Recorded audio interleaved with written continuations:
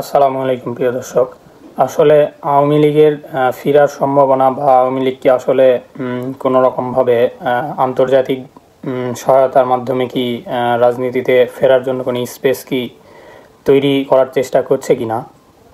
আসলে আমি কেন বলছি এই কথাটি, রিসেন্টলি কিছু আমাদের বাংলাদেশে ঘটে যাওয়া কিছু ঘটনা আপনারা দেখলেই বা বিশ্লেষণ করলে বুঝতে পারবেন। তো এখান থেকে আসলে এইসব কিছুর মাধ্যমে আর কি আমার এই কথাটা বলা। তো আমার কাছে ব্যক্তিগতভাবে আমার মতামত সেটি আমি আপনাদেরকে জানানোর চেষ্টা করছি। আসলে দেখুন, আমরা কয়েকদিন আগে দেখেছি যে আয়ারল্যান্ডের রাষ্ট্রদূত সে কিন্তু ইন্ডিয়া থেকে এসে আমাদের প্রধান উপদেষ্টার সঙ্গে দেখা করে সাক্ষাৎ করে গিয়েছেন। এবং এরপরে আমরা কিন্তু দেখেছি ট্রেসি অ্যান জ্যাকবসন, যিনি হচ্ছে যুক্তরাষ্ট্রের অর্থাৎ মার্কিন যুক্তরাষ্ট্র অর্থাৎ আমেরিকার রাষ্ট্রদূত, তিনিও প্রধান উপদেষ্টার সঙ্গে দেখা করেছেন এবং মিটিং করেছেন। এবং সেখানে আমরা আসলে আমাদের গণমাধ্যম থেকে হয়তো আমরা সেরকমভাবে জানতে না পারলেও, তবে পরবর্তীতে বিভিন্ন আমাদের দেশের বিভিন্ন টকশো বা বিভিন্ন বিশ্লেষকদের বিভিন্ন বিশ্লেষণের মাধ্যমে জিনিসগুলো জানতে পেরেছি যে আসলে ওই মিটিংগুলোতে প্রধান উপদেষ্টাকে কিন্তু এক প্রকার প্রধান উপদেষ্টার কাছে অনেক কিছু জানতে চেয়েছেন। ট্রেসি জ্যাকবসন যেমন নির্বাচনের বিষয়ে জানতে চেয়েছেন, নির্বাচন কবে হবে, এবং প্রধান উপদেষ্টার সঙ্গে এখন পর্যন্ত যতজন বিদেশি আপনার রাষ্ট্রদূত বলেন বা প্রতিনিধি দল বলেন যারা দেখা করেছে, সকলেই কিন্তু এই বিষয়ে জানতে চেয়েছেন যে নির্বাচন কবে হবে বা নির্বাচন নিয়ে এই যে অন্তর্বর্তীকালীন সরকার রয়েছে তাদের কি চিন্তাভাবনা রয়েছে এইসব বিষয়। এবং ট্রেসি অ্যান জ্যাকবসন, আমরা এটাও জানতে পেরেছি বিভিন্ন মাধ্যম থেকে যে তিনি সরকারকে এটাও জানিয়েছেন যে কোনো রকম অংশগ্রহণমূলক নির্বাচন করতে হবে এবং নির্বাচনে সব দলের অংশগ্রহণ নিশ্চিত করতে হবে। সব দলকে অংশগ্রহণ সব দলের অংশগ্রহণের একটি সুষ্ঠু নির্বাচন তারা দেখতে চায়। তাহলে স্বাভাবিকভাবে সব দলের অংশগ্রহণে চাই বলতে আওয়ামী লীগ কিন্তু এর বাহিরে নয়, আওয়ামী লীগও এর মধ্যেই। তো তার এক প্রকার কিন্তু বলা যায় যে আওয়ামী লীগকেও এই নির্বাচনে রেখেই আগামী যে নির্বাচনটি হবে সেটাতে রেখেই নির্বাচন করতে হবে। আবার আরেকটি বিষয় জানা গিয়েছে যে ট্রেসি জ্যাকবসন যিনি রাষ্ট্রদূত রয়েছেন মার্কিন যুক্তরাষ্ট্রের, তিনি এটিও বলেছেন যে রাজনৈতিক নির্বাচনের আগে যে রাজনৈতিক যে ফিল্ড আর কি, নির্বাচনী যে একটা আবহ, সেখানে প্রত্যেকটা দলকে আপনার সঠিক মিছিল মিটিং এবং প্রচারণার জন্য একদম সমান অধিকার নিশ্চিত করতে হবে সকল দলেরই, এবং সবাইকেই তাদের যেই গণতান্ত্রিক অধিকার, তাদের যে রাজনৈতিক অধিকার, এই সব কিছু নিশ্চিত করতে হবে, তাদেরকে সঠিকভাবে তাদের অধিকারগুলো তাদেরকে দিতে হবে। তার কি বোঝা যায়? তার এর থেকে বোঝা যাচ্ছে যে আসলে যেহেতু সকল দলের অংশগ্রহণে তারা নির্বাচন চায়, তার অটোমেটিক এখানে ডিসেম্বরে যদি নির্বাচন হয় বা আগামী নির্বাচন যখনই হোক, তাহলে তারা কিন্তু এটা ইনডাইরেক্টলি বলছেন যে সেই নির্বাচনে আওয়ামী লীগকেও রাখতে হবে, তার ইনক্লুসিভ একটা নির্বাচন তারা দেখতে চায়।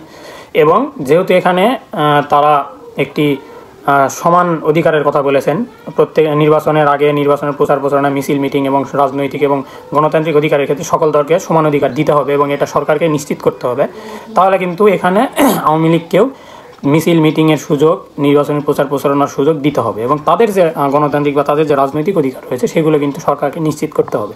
অর্থাৎ এসবে সরকার কিন্তু বাধা দিতে পারবে না বা তারা চায় না যে সরকার এসবে বাধা দিক, এই বিষয়টা।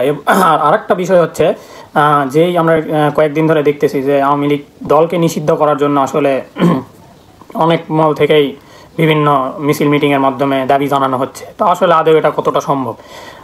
তো আমার কাছে মনে হয় যে এটা আসলে আমার ব্যক্তিগতভাবে যেটা মনে হয় যে এই মুহূর্তে হয়তো বা এটা এতটা সহজ নয়। যদি 5ই আগস্টের পরে যেরকমভাবে ছাত্রলীগকে নিষিদ্ধ করা হয়েছে সরকারের পক্ষ থেকে, সেরকমভাবে তখন যদি আওয়ামী লীগকে নিষিদ্ধ করতে পারতো তাহলেও হয়তো বা একটা সুযোগ ছিল। তবে আমার কাছে যেটি মনে হয় সার্বিক সকল কিছু বিবেচনায় যে এই মুহূর্তে আসলে বর্তমানে এটি এতটা সহজ নয়।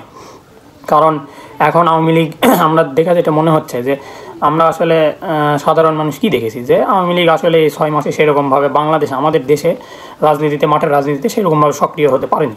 সেটা যে কারণেই হোক তারা সক্রিয় হতে পারেনি। কিন্তু তারা আন্তর্জাতিকভাবে লিঙ্ক লবিং কিন্তু ব্যাপকভাবে চালিয়েছে, এটা এখন নিশ্চিত এক প্রকার বলা যায় যে তারা আমাদের দেশের রাজনীতিতে সক্রিয়ভাবে না মাঠে নামতে পারলেও তারা কিন্তু আন্তর্জাতিকভাবে তারা কিন্তু ব্যাপক আকারে কিন্তু লিঙ্ক লবিং চালিয়েছে।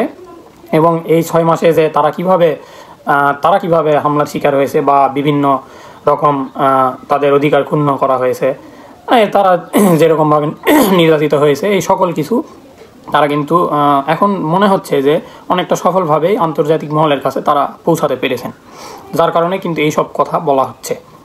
বিভিন্ন বিদেশি প্রতিনিধিদের কাছ থেকে এসব কথা কিন্তু শোনা যাচ্ছে। তো এটা হচ্ছে আওয়ামী লীগের একটি এটাও একটি তাদের কৌশল হলেও হতে পারে। আমি আসলে যেহেতু তাদের দলের কেউ না বা আমি কোনো রাজনৈতিক কেউ না, এই জন্য আমি এটা একদম শিওরভাবে বলতে পারছি না। আর আরেকটা বিষয় হচ্ছে, এই বিষয়টা আমি কেন বললাম যে আসলে এখন আওয়ামী লীগকে নিষিদ্ধ করার এই বিষয়টি এতটা সহজ না, বা আসলে এরা আদৌ হয়তো বা আওয়ামী লীগকে নিষিদ্ধ করতে পারবে কি না এটা বলা যাচ্ছে না। তার কারণ হচ্ছে, এক প্রকার কিন্তু আমাদের যে অন্তর্বর্তীকালীন সরকার রয়েছে, এই সরকারের উপর অদৃশ্য এক প্রকার কিন্তু একটি চাপ রয়েছে। এবং আমাদের প্রধান উপদেষ্টা ডক্টর ইউনূস স্যার, তার উপরে কিন্তু একটি বিদেশি চাপ রয়েছে ব্যাপক হারে, এটা এখন বোঝা যাচ্ছে। তার কারণ হচ্ছে, দেখেন, ট্রেসি অ্যান্ড জ্যাকবসন তিনি প্রধান উপদেষ্টার সঙ্গে বৈঠক করার ঠিক পরের দিনই তিনি আবার আমাদের যে সেনাপ্রধান রয়েছেন ওয়াকারুজ্জামান, তার সঙ্গেও বৈঠক করেছেন। এবং তার মানে কিন্তু বিদেশিরা ভাবছেন যে এক প্রকার এই সরকারের একটি ক্ষমতার একটি কেন্দ্রবিন্দু কিন্তু সেনাবাহিনীকে মনে করছেন তারা, যার কারণে হয়তোবা আমার কাছে যেটি মনে হয় যে তিনি প্রধান উপদেষ্টার সঙ্গে বৈঠকের ঠিক পরের দিনই আবার তিনি সেনাপ্রধানের সঙ্গে বৈঠক করেছেন। এবং এর আগেও আমরা দেখেছি যে মিস্রি, ভারতের তিনিও যখন বাংলাদেশে এসেছিলেন তিনিও বৈঠক করে গিয়েছেন, যদিও সেটা তখনই জানা না গেলেও 1-2 দিন পর বা এখন এটি আসলে স্পষ্ট। তো এইসব দিক থেকে। এবং আরেকটা বিষয় হচ্ছে, আমি আপনাদেরকে একটু বলি, আপনারা নিশ্চয় জানেন যে রিসেন্টলি আপনার হচ্ছে মানবাধিকার কমিশন, যেটা আন্তর্জাতিক হিউম্যান রাইটস মানবাধিকার কমিশন থেকে 144 পাতার একটি রিপোর্ট দিয়েছে আমাদের বাংলাদেশের যে জুলাই আগস্টে যে আন্দোলন হয়েছে এটার উপরে। এবং সেখানে তারা এটা বলেছেন যে জুলাই আগস্টে আসলে ওই সময়েও ওই সরকারের যে সাবেক যে শেখ হাসিনা আওয়ামী লীগ সরকার, সেই সরকারের কোনো রকম জবাবদিহিতা ছিল না এবং তারা বল প্রয়োগ করেছে। এবং তার পরবর্তী সময়ে যে সরকার এসেছে সেই সরকারের সময়ও কোনো রকম জবাবদিহিতা ছিল না, এবং এটা কিন্তু তারা বলেছেন। এবং এটাও বলেছেন যে ওই আপনারা একটু দয়া করে কষ্ট করে একটু রিপোর্টটা আপনারা একটু পড়বেন, পড়ে দেখলে বুঝতে পারবেন। আমি ইনশাল্লাহ ওই রিপোর্টের কয়েকটা মেন পয়েন্ট নিয়ে আমি আরেকটা ভিডিও ইনশাল্লাহ দেওয়ার চেষ্টা করব। আমি এখন জাস্ট অল্প করে একটু বলছি আপনাদেরকে বোঝার ক্ষেত্রে। সেটা হচ্ছে, ওইখানে তিনি একটা পাতার বলেছেন তারা যে আওয়ামী লীগের উপর যে নির্যাতন হয়েছে বা আওয়ামী লীগের, এবং সবচেয়ে বড় আরেকটা বিষয় হচ্ছে যে আগস্টের 5 তারিখে আওয়ামী লীগ সরকারের পতন হয়েছে, কিন্তু জুলাইয়ের 19 তারিখ থেকে তারা ওইখানে তুলে ধরেছেন যে জুলাইয়ের 19 তারিখ থেকে আওয়ামী লীগের নেতাকর্মীদেরকে নির্যাতন করা হয়েছে। এবং স্পেসিফিকলি তারা একজনের কথা তুলে ধরেছেন যে আওয়ামী লীগের এক নেতাকে নাকি কান ধরে উঠবোস করানো হয়েছে, এরপর থুতু নিক্ষেপ করা হয়েছে তার উপরে, এবং তারপরে তাকে মেরে ফেলা হয়েছে, এরকম একটা বিষয়। তো যাই হোক, আমি আবার খুব বেশি বলছি না, নাহলে অনেকে আবার আমাকে বলবেন যে আমি আবার আওয়ামী লীগের দালাল। তো যাই হোক, এটা নিয়ে আমি আর বেশি কিছু বলছি না, কারণ আপনারা একটু কষ্ট করে পড়ে নিলে আপনারা বুঝতে পারবেন। আর আমি কোনো রাজনীতির সাথে জড়িত না, তাই এসব আসলে আমাকে কেউ কিছু বললেও আমার কিছু যায় আসে না, আমি কোনো দলের রাজনীতি করি না। আর তাছাড়া তাদের এই 5 তারিখের পরেও যত ঘটনা ঘটেছে আমাদের বাংলাদেশে, এইসব নিয়েও কিন্তু তাদের এই রিপোর্টে তারা তুলে ধরেছেন। এবং তারা বিশেষ করে হিন্দুদের উপর নির্যাতন হয়েছে এইসব তুলে ধরেছেন। আসলে এগুলো আমার কথা নয়, এগুলো জাতিসংঘের যে রিপোর্ট রয়েছে সেই রিপোর্টে তারা বলছেন, সেটাই আমি বলছি। তো আসলে আমি ওই আওয়ামী লীগের ওই পয়েন্টটা বললাম আপনাদের বোঝানোর ক্ষেত্রে, যে দেখুন তারা আসলে এইসবের মাধ্যমে কিন্তু একটু হলেও আওয়ামী লীগ কিন্তু স্পেস পাবে, অর্থাৎ আন্তর্জাতিক মহলের মাধ্যমে তারা কিন্তু মাঠের রাজনীতিতে সক্রিয় হওয়ার বা বাংলাদেশের রাজনীতিতে সক্রিয় হওয়ার একটু হলেও তাদের জন্য স্পেস তৈরি হয়েছে। তাদের উপর যে বল প্রয়োগ করা হয়েছিল এতদিন, তাদের ভাষায় যে তাদের উপর এতদিন যত বল প্রয়োগ করা হয়েছে, সেগুলো থেকে অন্তত তারা একটু বেরিয়ে আসতে পারবে। এই জন্যই এসব কিছু বিবেচনায় আমি আসলে বলছি যে হয়তো বা আওয়ামী লীগ হয়তো রাজনীতিতে ফেরার বা একটি সক্রিয় হওয়ার জন্য কিছুটা স্পেস হয়তো তৈরি করতে পেরেছেন। তো আজকে এই পর্যন্তই। আশা করছি আমার আলোচনা ভালো লাগলে সকলে লাইক, কমেন্ট এবং শেয়ার করবেন, এবং যারা সাবস্ক্রাইব করেননি তারা আমার চ্যানেলটি সাবস্ক্রাইব করবেন। আল্লাহ হাফেজ, আসসালামু আলাইকুম।